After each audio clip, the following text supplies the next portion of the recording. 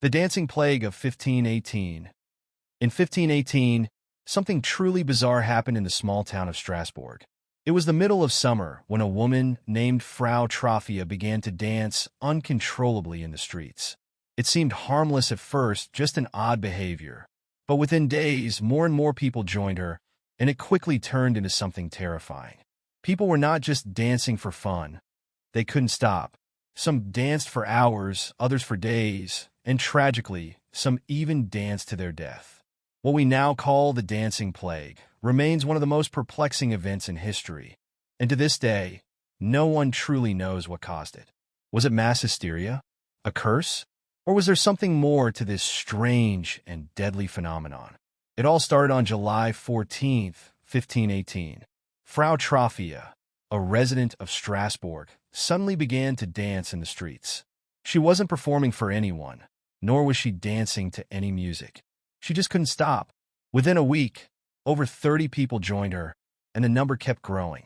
People from all walks of life, young and old, rich and poor, found themselves compelled to dance, despite the obvious exhaustion and pain. Local authorities were baffled. What could possibly be causing this? Initially, they thought it was some sort of religious fervor.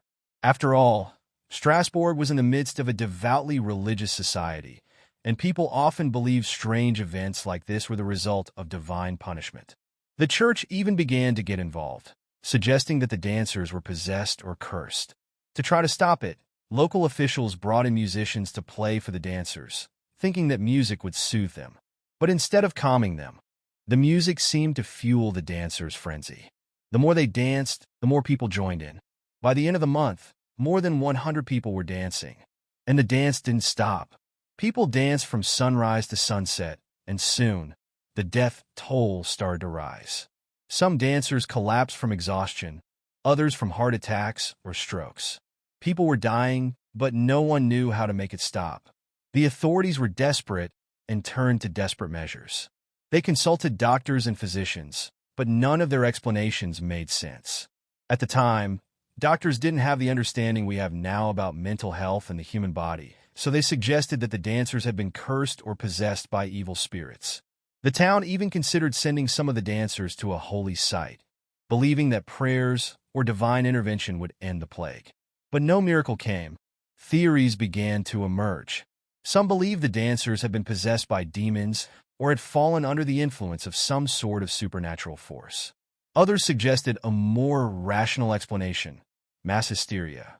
Mass hysteria happens when a group of people experiences psychological distress that spreads rapidly through the group, triggering a collective panic or strange behavior. Historians believe that the stress and hardship of the time, famine, disease, and political instability, could have pushed the people of Strasbourg to the breaking point, causing them to lose control of their minds and bodies. But there was another theory, one that might explain the symptoms in a way that no one had expected: ergot poisoning.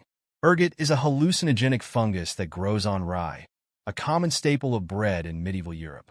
If the rye crops were contaminated with ergot, people who ate the bread could experience hallucinations, convulsions, and muscle spasms. Some believe that the grain supply in Strasbourg had been tainted with this deadly fungus, which led the dancers to behave in the strange and uncontrollable way they did. Ergot poisoning could explain why the dancers exhibited such bizarre and dangerous behavior. Those affected could have felt like they were in a trance or under the influence of some force beyond their control.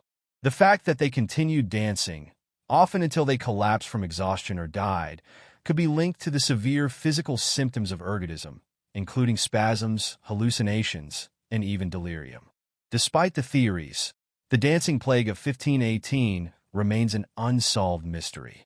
While some scholars lean toward mass hysteria or ergot poisoning as explanations, others argue that we may never fully understand what happened. What is clear, however, is that the event left a deep mark on the town of Strasbourg and the people who lived through it. The town's authorities were powerless to stop it, and many lives were lost before the dancing finally stopped. Some of the people who survived the plague eventually stopped dancing, but the memories of those dark days never faded. The event remains one of the most eerie chapters in history, a reminder of how much we still don't know about the human mind and body, and how strange and inexplicable the world can sometimes be. So, what caused the dancing plague? Was it mass hysteria, ergot poisoning, or something else entirely? We may never know for sure, but the story serves as a chilling reminder of how little we truly understand about the forces that drive human behavior, and the mysterious ways in which our bodies and minds can react to stress, fear, and confusion. And the strangest part of this entire story? After weeks of dancing, the phenomenon simply stopped. No one knows why. Some dancers were found to have recovered, others had died, and the event faded into the annals of history. But it remains a powerful story that continues to captivate those who stumble upon it.